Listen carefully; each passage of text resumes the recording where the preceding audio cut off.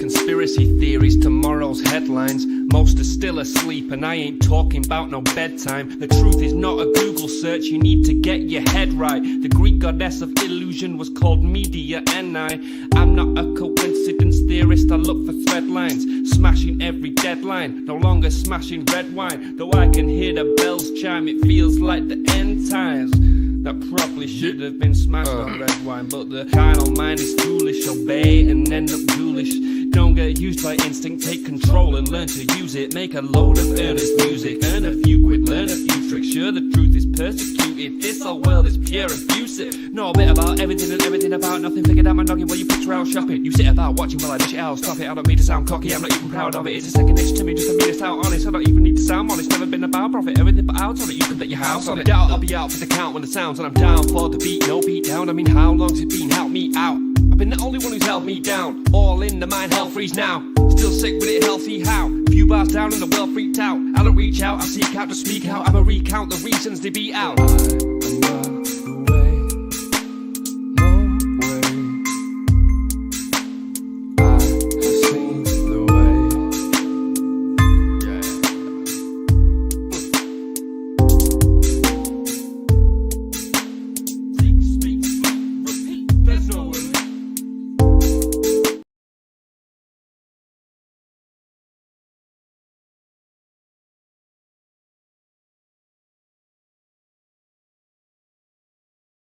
Hello.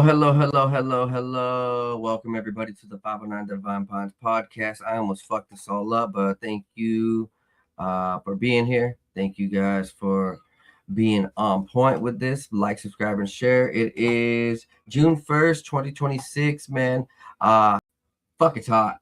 It's really getting warm outside. It's not like 100 degrees yet, but it's just fluctuating, around 80 through 90 or, 75 through 95 over the next few weeks, I believe. And so, it's getting warm, getting hot, getting sweaty, just the way I like it. Yeah. I hope you guys are ready for summer, because supposedly over here in the Pacific Northwest, Washington State, it's going to get about like 120, supposedly, right? The Weather Channel, you can never, ever trust it, because it's pretty bipolar. Yeah, 1 minute the Weather Channel will be like, oh, it's gonna rain, and it doesn't rain, and then they say it's gonna get really hot, and it doesn't get really hot, but then sometimes they're on point. So fuck, just be prepared. Let's get into this shit, guys. So there's an archaeologist under arrest, in trouble. He fucked up. Louis Bin, the Chinese archaeologist, widely known for his work at the ancient city of Liangzhou and the so-called Venice of the Stone Age, pleaded guilty on May 20th to charges of taking bribes and embezzlement on his research funds. In the trial, which took place at Suicheng County People's Court in Zhejiang Province, Louis was accused of accepting more than $690,000 in bribes and embezzling more than $45,000 from a research project related to the civilization of Liangzhou, noting that he was detained by the authorities in December 2025 and arrested in February. After studying archaeology in Jilin University, Louis joined the Zhejiang Provincial Institute of Cultural Relics and Archaeology in 1985, later becoming deputy director and then director. He oversaw the excavation of tomb number 12 at Liangzhou in 1986 and discovered the ruins of the city in 2007. China has argued, based on the findings, that the lower Yangtze region was home to one of the earliest urban civilizations on Earth. He also participated in the bid to have Liangzhou recognized as a UNESCO World Heritage Site. His efforts earned him national recognition. Louis joined Zhejiang University in 2020 as a humanities scholar, later serving as a professor at the School of Art and Archaeology, director of the school's Museum of Art and Archaeology, and head of its Institute of Cultural Heritage. He left the latter post in 2020. For more than a decade, from 2009 to 2021, Louis accepted more than $650,000 in cash and other goods in return for helping applicants get approval for cultural relic protection and archaeological exploration projects. He also awarded Shaanxi Longtan Cultural Relics Protection Company an exploration project extending over nearly 3 square miles outside the ancient city as early as 2008. Wang Lin, a relative of a university classmate of Louis, is a shareholder, and the court alleged that Wang paid Louis more than 1.4 million yuan in thank you fees. The company was also awarded in an exploration assignment at the ancient site of Longshan and Anji County in 2016. Wang also controls another company that Louis granted a contract to undertake a digital information collection project related to Liangzhu, also in return for money. Leo used the funds as a down payment on his home for his daughter. Well, dang. How you can't even be mad at him like for wanting to make sure his daughter has a home though. Wow. This story took a turn that I didn't really like. Well, I was gonna like say good that this archaeologist is getting arrested, and I mean like he's stealing money, stealing a lot of money, 690,000. Actually, the total is about 725,000. Crazy. As an archaeologist, this dude's making bank, but he's putting money into his daughter's home. That's oof, man. I don't know how to feel about that. The attorney representing Louis argued that the 2.2 million yuan that came from Wang was received after Louis had left public office, saying that public officials can be charged with bribery only in the case of an agreement made while in office. He argued that a 200,000 yuan wedding gift from Wang should be handled in a disciplinary procedure and not a criminal court. So maybe he got this money legally and they don't like that. Well, I guess that's just the way it is. Oh, yeah. Things will never be the same. So we got 13. It says right here 13 weirdest discoveries archaeologists have made. Sandby Borg Massacre. Archaeologists studying a 5th century Swedish site found a human skeleton lying on the floor of a house. They wondered why no one had buried it. Then they found another and another. All showed signs of being executed with swords, axes, and clubs, and then abandoned until the walls of their house collapsed in on them.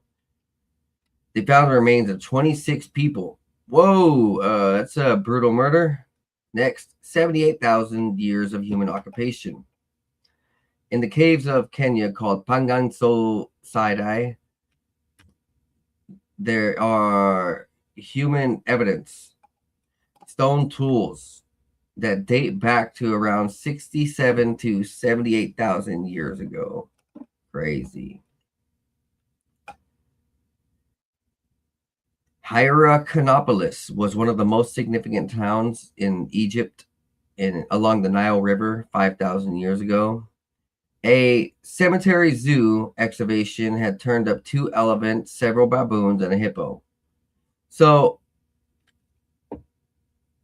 these also showed signs that these animals had broken bones and that they were healed. And so they were kept in captivity, but also healed.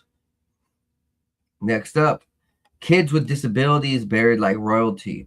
So there's a whole bunch of evidence that boys and women who were possibly deformed or disabled were treated like better in the afterlife or during death. They had 10,000 mammoth ivory beads, 20 armbands, 300 pierced fox teeth, 16 mammoth spears, carvings, antlers, all across these disabled children. Advanced stone tools in India left more than about 60,000 years ago. There were spear stones, fine stone blades, bulky hand axes, different things like that. Next is Utah.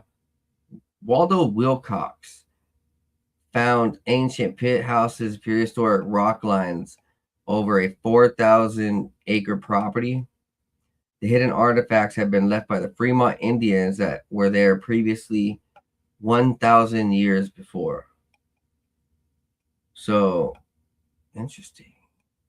Terracotta warriors, these ancient warriors that were found in China, in Xi'an, China, in the Queen Shi Huangdi Emperor's throne from 246 BC. There's hundreds of these samurais or soldiers protecting him. In 2003, a 6-inch tall skeleton with a pointed head was found mummified in the Atacama Desert in Chile. So this ancient humanoid mummy, and it's this ancient alien mummy has been found. It's only 6 inches tall. Its DNA has been sequenced,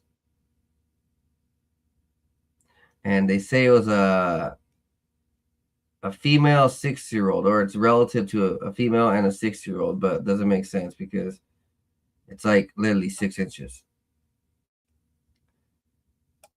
Next up, archaeologists reveal a lost civilization in Georgia. No, not Georgia in America. This is Georgia across the ocean. Fieldwork on the Javaketi Plateau has revealed a dense network of settlements, fortifications, and burial sites, pointing to a forgotten civilization that sustained human activity over 1,000 years. The research forms part of the Samsakre Jakazete, I didn't say that right, project, a Georgian-Italian collaboration that's been underway since 2017. Large stone structures built from unworked blocks described as cyclopean are common. Excavation at Badaleti Natsargora, a mound of the Central Plateau, has provided a clear sequence. Archaeologists have identified multiple layers of occupation, along with traces of burning, defensive walls, and domestic remains. There are also these bronze solar discs. Very strange. I've never seen anything like this. It definitely looks like some type of portal, Stargate, representing some type of celestial. You're like, yeah, they say it's sun. It's for the sun, but like, this looks pretty intricate. Really intricate. At Megadaki Forest, further east, excavation has revealed a long sequence of occupation extending from the early Bronze Age to the Iron Age and into the medieval period. Structural remains include perimeter walls, storage areas, and domestic buildings, showing repeated phases of construction and reuse. 2 domestic structures at the site contain clay installations, likely ovens, and raised platforms along decorated plaques. Those plaques carry incised geometric designs with traces of red, white, and blue pigment. What? Such decoration is uncommon in the region, though comparable finds elsewhere suggest linked to spaces with particular status or function.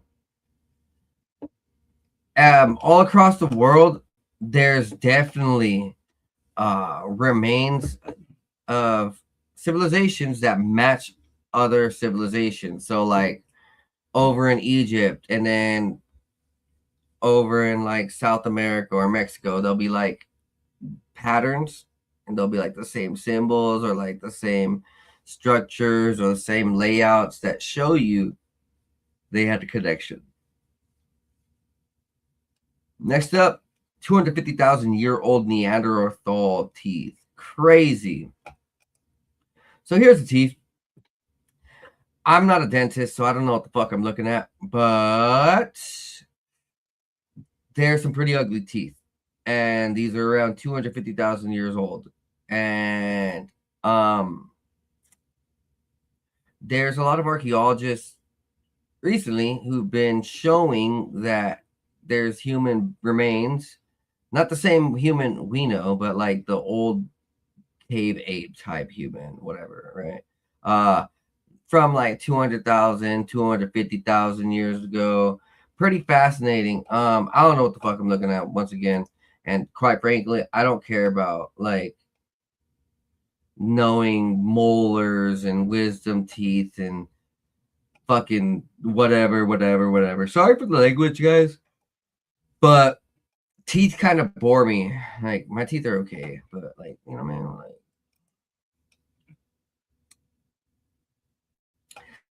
next up, Tomb of the Owl Lord. Archaeologists have unearthed a Zapotec burial decorated with sublime symbols of night and death. So brand new temples that are pretty dope. Look at this. I'm intrigued. I'm very, very fascinated.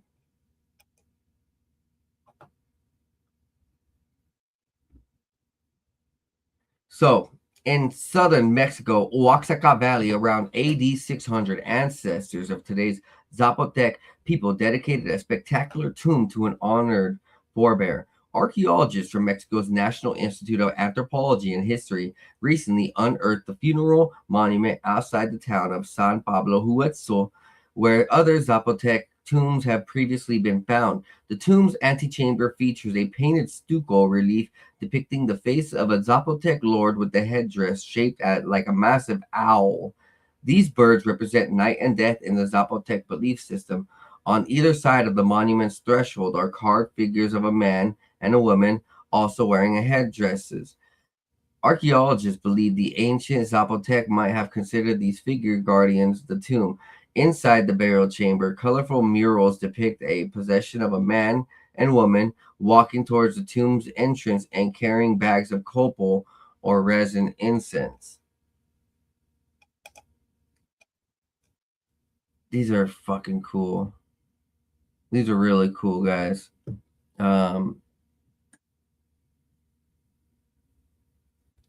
There's a lot to this. As you can see, there's I actually like I'm trying to figure out how to describe this. I see, all right, we see a person, we see something in his hand, we see a headdress, and it looks like a dragon or an animal coming out that headdress, or is it more like energy, like he has something connected to his back, like a jet, like a I don't know, jetpack, or you know. What's weird is that we see in these ancient sites, there's like UFOs or spaceships or people in like rocket ships and different things. It's so fascinating. So I don't know exactly, 100% how to be like, yeah, this is exactly what it is, because they're very strange artworks. We even see a head up top just floating. What is that, like a spirit? Something that would look like a clock or a TV, or I don't know, man. Some of the most interesting artworks ever from the ancient past. Pretty cool, though. Located about 25 miles north of the ancient Zapotec capital of Monte Albon, the monument must have held the remains of a person of high standing. Archaeologists are still at work inside the tomb and may yet discover more about this individual who could have been the man depicted wearing the owl headdress. So, see this owl shape? Our ancient ancestors, they weren't just drawing these things for nothing or putting these things into reliefs for nothing, into the stone for nothing.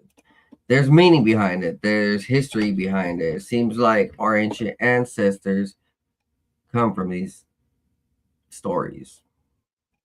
Next up, archaeologists discover evidence of a 6,000-year-old civilization from space in the Atbay Desert of eastern Sudan.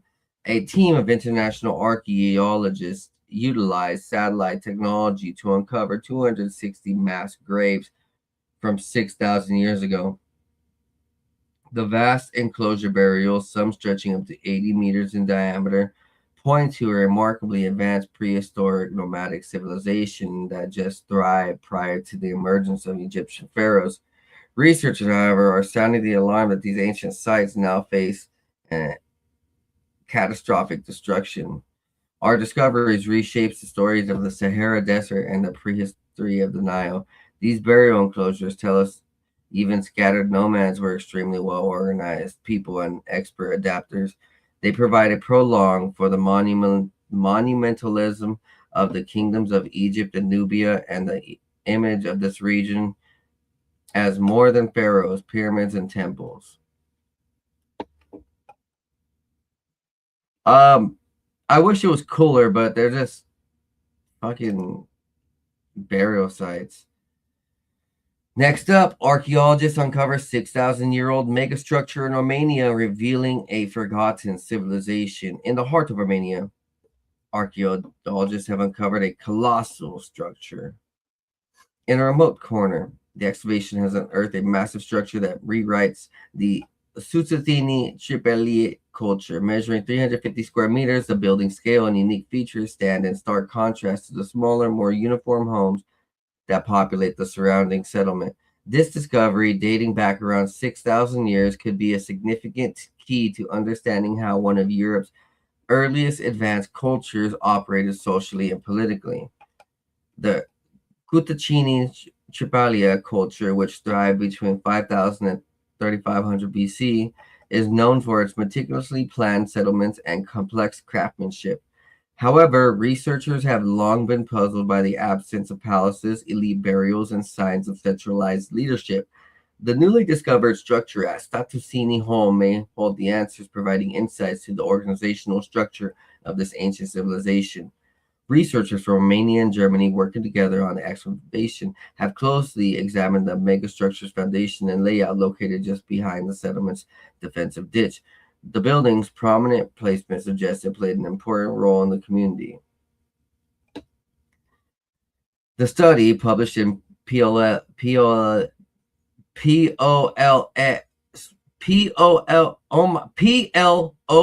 1. Fuck! Oh my god, I'm so sorry. Has revealed fascinating details about the structure's design. Beneath layers of dirt and debris, archaeologists uncovered a foundation ditch containing post holes, indicating a large supported framework that could have held significant gatherings. Unlike the smaller homes scattered around the settlement, the megastructure lacked typical domestic features like ovens and storage pits. This absence suggests that the building was not intended for residential use, but for something much more public in nature. As researchers continue to explore, the current hypothesis is that the structure served as a communal gathering hall or public administrative center. Its size and location near the settlement's entrance suggests it was meant to be visible and prominent. The megastructure seems not necessary, but as megastructures belong to a regular feature of Susutini Tripalia sites, it is the best candidate for governments of such settlements.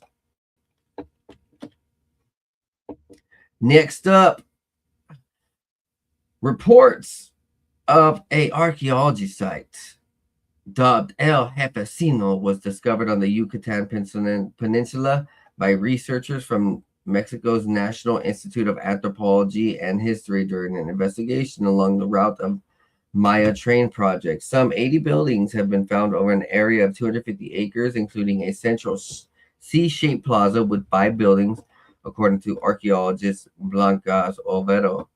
Based on the style of the architecture, which features large vaulted buildings and rounded and measured corners with apron moldings.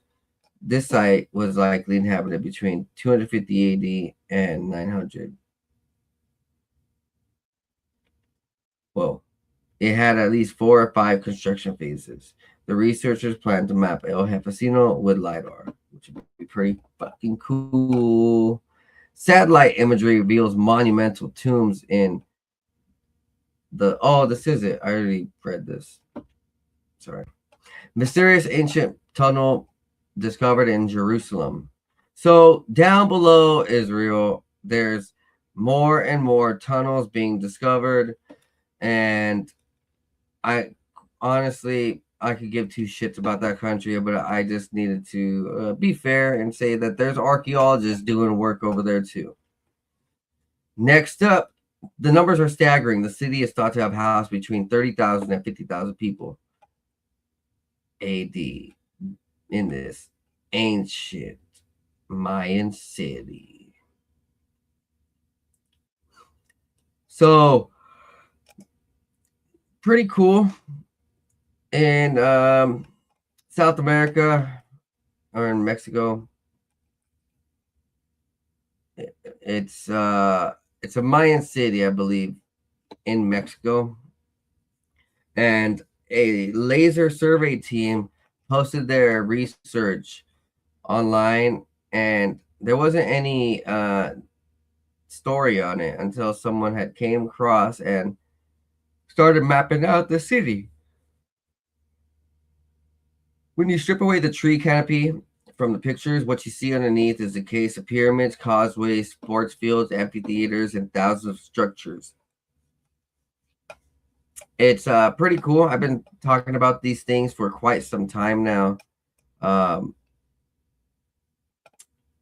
It is a new technology that's going to revolutionize the world and the way that we think, the way that our world fits with ancient history. So, we're going to start seeing more of these sites everywhere, and it's just going to be a natural thing. People aren't going to be like, oh, we could never build this, or this is never real. Those are all mysteries and theories. And no, like, our ancient sites are very magnificent, and there's a lot to discover underneath these temples. A lot of tablets, a lot of gold artifacts. If you go out to these ancient sites and you find gold, just don't tell anybody. That's yours. Hey, but I don't want to promote you to do anything that's going to get you in trouble. But go get that gold. I hope you guys have a good night. It's been a quick news piece on the archaeologist that is under arrest and some archaeology news. So hope you guys enjoyed this. This is a quick hitter. I'm going to probably keep some of these smaller topics down to quick hits. That way you guys can get the information fast. And I'm not over here, talking about 10,000 sites. I should be, though. There's a lot of gold out there. You guys have a great night. Be blessed. Be high. See you guys next time on the 5 and 9 Divine Pints podcast. Peace. I love y'all.